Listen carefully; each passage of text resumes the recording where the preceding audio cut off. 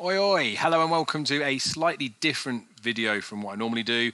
Obviously the majority of stuff that comes out through Cheltenham is horse racing, it is national hunt horse racing, but in my off season, which typically comes after Punchestown through to the start of the next season proper, in and around Chepstow's season opener in October, I like to dabble a little bit in the Greyhounds. So I thought with the Greyhound Derby coming up, I'll do a video series for my thoughts in every single round. There's lots of racing and it's a really, really good event to get stuck into greyhound racing because you get to see the same dogs running at the same track against each other. So normal progression with a normal pair of eyes means you don't need too much of a form book. However, some of you will already follow dogs and some of you will already know what to look for in dog racing, so this video probably isn't applicable to you, but there's a few of you out there that haven't really dappled in dogs that maybe think, maybe I'll give it a try, maybe it's something worth looking into. And what I'm going to do here is I'm just going to explain the basics, the fundamentals of almost how to read a race card, where I look, and a few little tips that go in there as well. Now, there's lots of depth you can go into with greyhound racing to find angles, edges, and lots of different biases at different tracks. I'm not going to delve into that in here. I'm also not fully in touch with the greyhound scene as I used to be. Now, like I say, I dip in and out of it now. I've got a rough feel for most of the dogs that are out there running, but there are far better experts out there than myself on the greyhounds.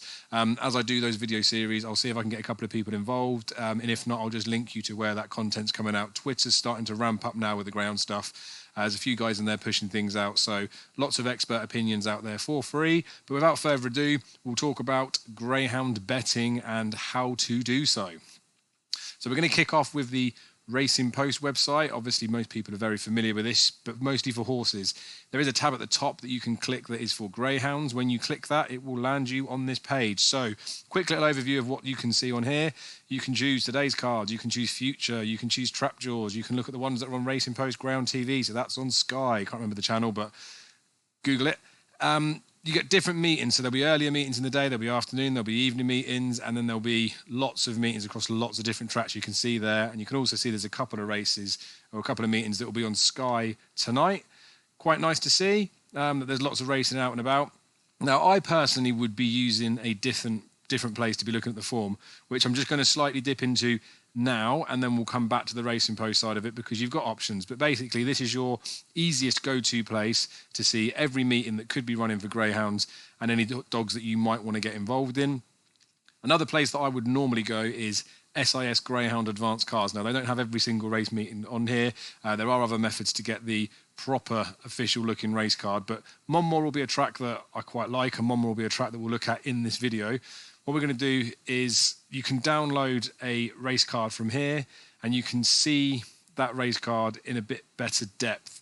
Now, I won't show you that on the screen now because maybe it will confuse things a little bit. It's a very, very similar view to what we'll see in Racing Post.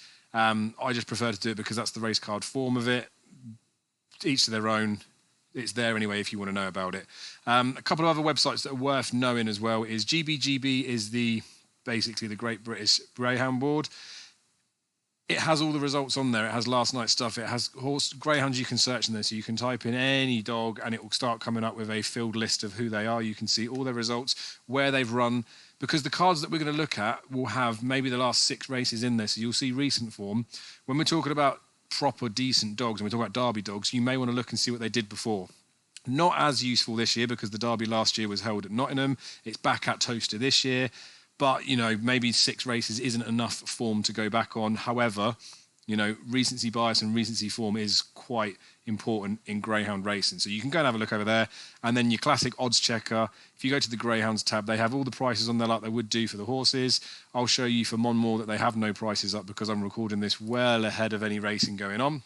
So no prices on there yet, but as soon as the markets are priced up, they'll be on here. And then much like horse racing, there'll be some price ricks that people will steam into, but I'd just wait till nearer the time if you were an average Joe punter, because finding value is a completely different kettle of fish. So Monmore is the track that I want to look at. The second you click into this next tab, you've got the Racing Post tips. So if you are into the betting shop or you bought the Racing Post, this would be their first, second and third. There'll also be a nap and a next best. So the nap would be their strongest bet of the day. Probably going to be Dale Boy Guinness. I think that showed it on the first page. And then there'll be a next best as well, which shows there. So we won't go for either of those races because obviously they've got strong fancy in there. But there you go. That gives you the Racing Post opinion and how strong a fancy it is in there. There'll also be some one-liner comments on here that will give us a bit of a person's view of what they think in the race. Again, another reason why I quite like to look at the other side of things. I don't really want external views peered onto me before I've gone through a race, but again, for the purpose of this, for entry level, it would be really handy to see those early comments in there. And then I will just dig into a particular race. So Mouse has hovered over the 302. Maybe we'll go for that. Maybe we'll dip down. I don't know. Let's go for a race that the Racing Post don't really fancy anything in. So we'll go for a 1-star. Let's go for the 5:18. What we're going to see here is the headline facts on the Racing Post part of it. So I wouldn't worry too much about numbers like we do in horse racing. There are top speed figures in here, but potentially they're top speed figures in relevance to this race. So I wouldn't be interested in those numbers at all. We get the SP forecast, which can be handy, but just like horse racing, the tissue person that's writing this stuff up doesn't really know what they're doing all the time. And then we get lines like this. So they're saying here that the dog is in good form, but the handicapper applies pressure. Basically means that they're now up in grade, expected to be highly motivated for this, do us. So you're getting all these sort of comments in there where people will drop in what they think might be happening. But again, it's just like the horse racing, it's just their opinions. So basically, the only things you really need to pay attention to is the time of the race, the trap numbers or the names. So when you're picking a selection, there's the Racing Post picks, and there's the distance and the grade that they're in. They're relevant because when we're looking at the form, you want to be looking at form for the distance, 480 metres in this instance, and for the grade, you want to get a bit of a feel for it.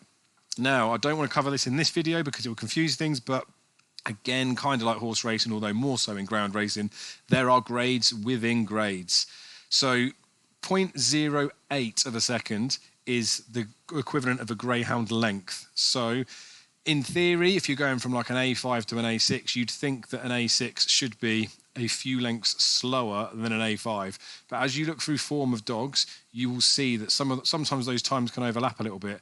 And then within a grade, you might have an A5 that could be won in, for example, 29 seconds and 80. You could have another A5 on the same card where 29.80 wouldn't even make it to the first three, just because of the depth that's in there. So although dogs have necessarily been downgraded or upgraded, which we'll see when we look at the form, the times are the most paramount thing, although it is always handy to see whether they are stepping up or down in grade. There are other bits on the top that we don't really need to pay too much attention to, but I'll look at them anyway. The tips are just telling you the selections for that race, and then they show you the rest of the meeting, and then they show you the strength. The stats will show you performance, so an individual runner's career wins to run at Monmore. Handy to see this sort of stuff because we will get greyhounds that are more prolific winners than others. I've owned 2 greyhounds a long while back that both had serious issues in terms of not knowing how to run. The first one thought the finish line was at the bunny pickup. Not really that stupid a thing to do, but he didn't win very many races. Always staying on towards the end, but after the line didn't really help me. And then I had another dog that was a sprinter that as soon as he went to the races, he didn't like coming out the boxes. So you can have a really fast dog that doesn't really do the right things, and it can cause a problem. So seeing dogs that run at the track and that have good records is a helpful thing for graded racing. You want dogs that do win races. And then also you have to remember that there's 6 dogs in a race and it's graded. So in theory, a dog winning 1 in 6 is a fairly expected ratio. However, lots of dogs won't win that many. They won't win their fair share of races. Track records also relevant in some instances. It depends how prolific the dog is, but that will tell you how well they run out the boxes. And then there's record in the class as well. So that's for the grade. And then record in today's trap and class. So if they've run in the trap and they've run in the grade. And then recent trap stats. So these are for each trap at a track. Not relevant to the dogs in this race specifically, but it's relevant to the traps that they are running out of. So if there is a recent bias, so looking at it here, the wide traps seem to be doing quite well, then that means that potentially you might want to follow those. However, because grading is done on the performance of dogs, as far as I'm concerned, a bias can go in and out. More likely it's to do with the weather. Sometimes you get really boggy tracks. I remember Sunderland, if it was wet, they would just make six dog even money favourite, 5 dog 5-4, 4 dogs 6-4. I know they're massively betting over around, but that's dog racing. And then the inside boxes just be bigger. Sometimes that's the reason why there's an inside and an outside bias. So recent rain that we've had may have affected it a Monmore. But what you need to consider is if 4, 5 and 6 dogs are running really well all the time for a 6-month period, well, it won't be that long, but say a 6-week period, then potentially all the trap 1, 2 and 3 dogs are on the downgrade, and that means at some point there's going to be an influx of those traps winning. So sometimes the bias is relevant, sometimes it's not. The main tab you want to be looking at is this form line. For the Racing Post website, we can only see 5 bits of recent form. When we look for the SIS Advanced card, you will get exactly the same lines that are in here. However, you will get 6 or sometimes you'll get 8, depending on the meeting, depending on the track. But this is enough to see recent stuff, and it's enough for me to be able to give you a run through of what you need to be looking at. So we've already touched on the fact that this is an A5. We've already touched on the fact that this is a 480. Quickly skimming down the dogs before anything else, we'll just have a look to see if anything's run outside of this trip, which they haven't. They've all run 480s. Sometimes at Monmore you'll have the 630 is the 6 bends, and then there's a sprint distance as well where the dogs will run over a shorter distance. Sometimes you'll have those pieces of form in there which can and can't help. If you know your times well enough, then you might know that a really fast dog over 6 bends might actually have a reasonable chance over 4 bends depending on the grade. But again, we don't need to go into that, which is quite a nice little look for here. Also, you want to pay attention to the Greyhound's age, because that's very, very relevant. Basically, we know that dogs turn adult when they're 2. Greyhounds normally progress up until they're about 3, sometimes 3.5. Lots of these greyhounds, when they're puppies, you would expect further improvement for them. So the older the dog, basically, if they're over, probably over 3, you wouldn't expect any improvement. You want to be looking at consistency in their recent times. If you're looking at puppies, then you've got to expect that they are going to improve. And also, if they're youngsters and they get in trouble, then maybe that's a worrying sign that they're a bit green, which means they're novice-y, or it could be that they just find a little bit of trouble, and if they got a break, they might get a quicker time. So we'll just go through them in literal like trap order, just to see the puppy status of all of them to begin with. So we can see Kilgraney Silver's coming up to 2. We can see that Ballydoyle Pedro is still a pup. So anything basically that's June 19 onwards is still a pup. So Kilgraney Silver, is July. So still a pup, but almost there. Pedro's in 2 is a young dog. See the 4 dog there is 2016, so fairly old. We've got Season Suppressed Star Poppies, April 19, and then we've got March 19 for Glengar Podge at the bottom. So the 2 is the youngest in the race, 1 is the second youngest. Again, on the other cards, you can see the number of races they've had career-wise, and it shows you the number of wins that they've had. We'd have to look at the stats on Racing Post, but sometimes you can get puppies that have only just started racing, and sometimes that's very relevant as well. If they've only had a handful of races, you'd expect more improvement. Anywho, I'm starting to delve into deeper levels of stuff that you don't really need to know about. What my typical thing that I'll do first is I want to look at the sectional time. So this is here, the splits. Now, you have got the trap draws to the side of it as well, so that is going to be relevant. But the first thing I like to do when looking at ground racing is to skim down the splits. What a split is, it's the sectional from the traps to cross the finish line for the first time. So again, this would be elaborating in a further video, but there are different distances between the traps and the finish line, and the traps and the first bend at every single track. So basically that means that there is a different distance from the trap to the line, which is the sectional, then the line to the bend, and those 2 numbers can be really important to find out, but they won't be listed. The only one that will be listed is to cross the line the first time. So as a rule of thumb, just trust that it's okay. But you'll see with the splits there, so you'll look at this particular track at Monmore that we'll see in and around 5 seconds is the splits there. You go somewhere like Romford or Crayford and the sectionals will be under 4 seconds. So they're a lot quicker to get to that bend, which means that the emphasis on trapping and that early pace is a stronger trait at those tracks. Somewhere like a Monmore that I like this track, it's a galloping track, you can get away with in different splits, but you know, it's race dependent and it's greyhound dependent. But I'll skim down the sectionals because I want to get a rough feel in my mind before I look at anything else to do with finishing times, who I think has got the best pace in the race early. So we can see that 1's probably the 450s, we could say, high 450s that's going to be.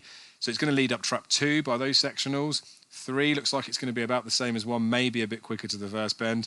4 dog's going to get led up, probably even one of the slowest dogs away out of this race. The 5 dog's going to be similar to 1, 3, already, so in and around those sectionals. And then 6 has got the ability to peel in those sectionals, similar-ish to 1, but probably behind it. So it gives you a little bit of a feel that those times going into that first bend and what they're doing. Maybe I would say in this instance that you'd probably be looking at 1, 3 or 5 leading up here, and probably more likely than anything you'd look at 3 leading up. The reason why that's important is because you want to get yourself a bit of a picture in your head of how they're going to go into that first bend. You want to know if your dog's going to be half a length behind a dog, then it's probably going to likely to get interference. This is where we're going to look at the traps to see how well drawn they are and where we think they're going to stay. So we can see this dog normally runs out of 1 and 2, so superb that it's drawn in 1. We can see trap 2 has run in 1 before, but in the main runs 2, 3, so you wouldn't worry about that being drawn in 2, so those 2 should stay fairly straight to the bend. KB Blossom has run in the middle traps. It ran out of 3 the last day, and it ran out of 3 on its penultimate start. On its third last start. The thing to note on there is it did get trouble at that first bend, which might give you an inclination to think that maybe it doesn't want to be in this trap as much as the other, but it missed the break, which is probably more likely why it got the trouble, so it's fine in there. 4, another one, runs in the middle, all fine, and then you've got 5, which is a wide seed. That's where the W is there, and the W there for Glengar Podge. That normally runs in 5 or 4, so probably now it's been given the wide seed, you would suggest that 5 would be the best box for it, although previously it has been running into the middle a little bit. So that's worth noting that 5 could maybe move in a tiny, tiny bit. And then Glengar Podge runs in 5 or 6, just looks like a genuine wide runner. So basically on that, we can trust that none of the dogs are going to move about too much. You probably think that maybe 5 could move in a tiny bit. What we really want to be looking at now is we want to be looking at the times that these dogs are running, because this is going to give us the best feel of who on paper has the ability to win this race given a clear run.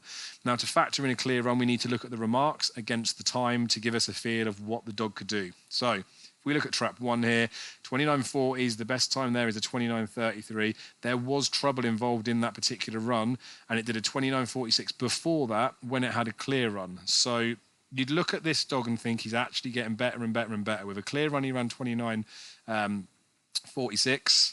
I think it's a bitch, sorry. Ran 29.46, then it ran a 29.33, but getting a bit of trouble in there. So the going allowance in there may make a bit of a difference, and you can see there it was within the same dog, so lost a few lengths with a bit of trouble, so probably ran about the same. Then it missed the break, there was crowd in, and it ran 29.57, which isn't horrific in the scheme of what this dog's done. Then it got trouble at the first bend on last week's run, but actually still got up on the line and won 29.43. So I would suggest that this dog with a clear run is capable of much faster than 29.33 that it's clocked in there. I would probably pitch, like I say, 0.08 is the difference of a length. The crowding depends on what they've done and like how bad the crowding was. But I would suggest that this dog looks like, with the fact that it's got a bit of early pace, probably is going to lead up 2 to the bend, I would think. So I'd think it will get round the first bend okay. If this gets round with no trouble, then I would suggest that this dog probably could run a 29.20, given the fact that it is July 19 as well. So 29.20-ish, I would say that trap 1 could get, if it gets a clear run. And based on those sectionals and what trap 2 does, I think this will get the bend in front. It won't get any trouble of 2. It may be led up by something on the outside, but I think that 1 could run that. So I'd say 1's a 29.20-ish dog for today's perspective.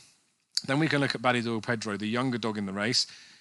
We know with his sectionals that he's likely to be towards the back of it. We get these bend markers here that tell us at each bend where the dog was. We can see there that the last few starts he has been last at that first bend, and he's actually finished last, never really seeming to get any closer.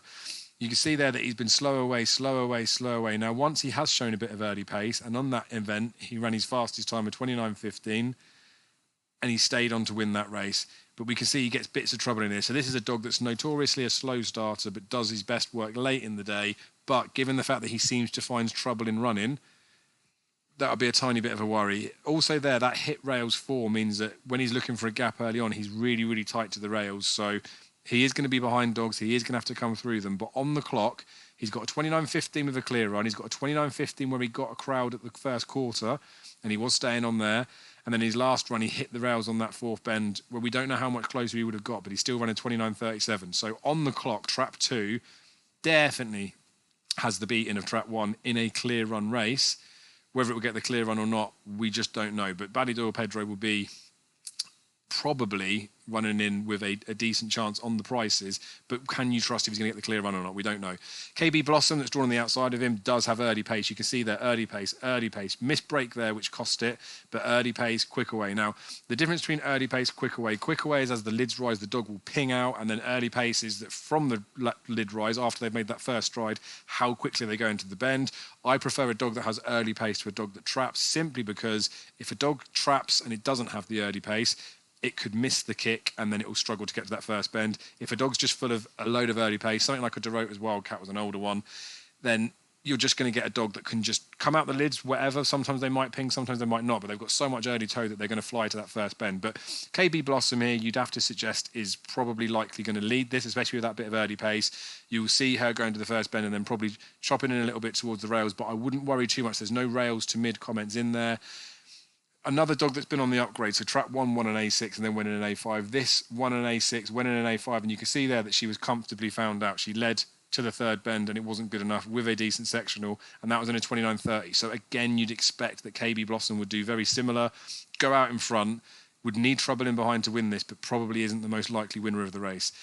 Carrigmore Capri, we can see again slow sectionals in there, miss break, slow away, miss break, slow away, miss break. So you know what this dog's going to do from the lid rise. It's not going to come out the boxes very well. You can see on times there that the 29.50, 29.30. So just looking at that as a rough view, you'd say probably 29.30's dog. And then you go back to the only runs it's had with a clear run. Slow away mid, led for, held on, 29.37. And then the bottom, miss break mid, ran on, 29.35. So on the clock, that doesn't really stack up that this dog's going to be winning.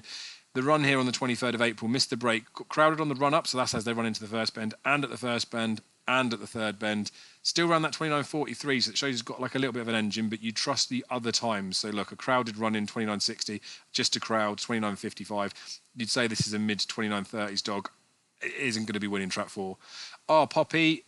This was the other one that I said could pace up nicely in this race, maybe might move in a tiny bit. And with 4 missing the box, like it does there, missed the break and misses the kick with the slower ways, 5 might have a nice little line to run in here.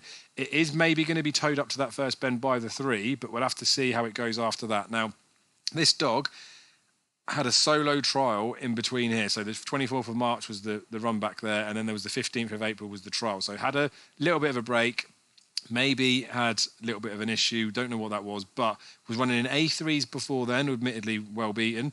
Then it came back after its trial, 29.13 is quick enough to be winning this. Went into an A4 grade, wasn't overly disgraced in the fact that it was a 7-1 poke. It came out the boxes, got trouble, and that was race over. Then it's running in an A4 where it was slightly more fancied, 7-2 was the price there. Crowd 1 and 2, so this is a dog very much like 3. If it gets any interference, its race is all over. It needs to be getting out and getting gone.